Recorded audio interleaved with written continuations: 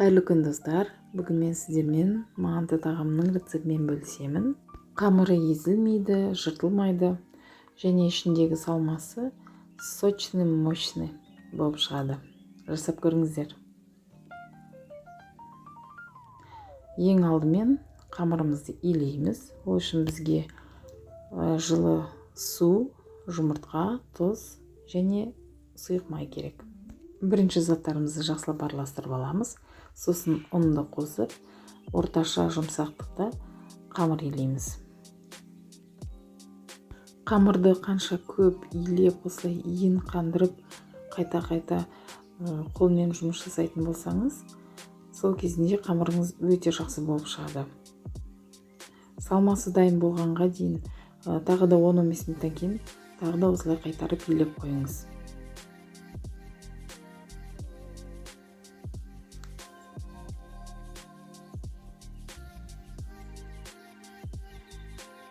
Әрі қарай біз салмасын дайындаймыз.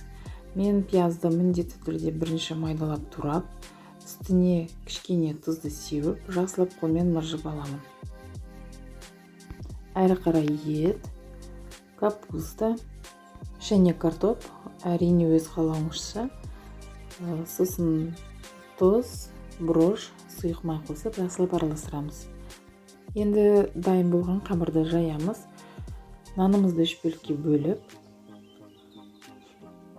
тағы да уақытыңыз болса, кішкене 10 минутқа қалдыруға кеңес беремін. Сол кезінде өз қалпына келіп, жақсы болып тұрады.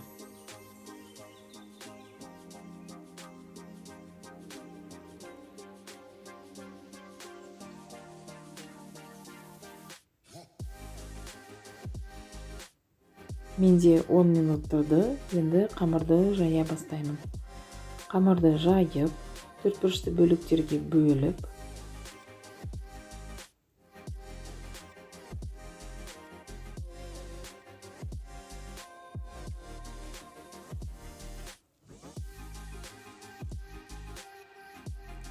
салмасын салып, мантыларымызды түйіп шығамыз.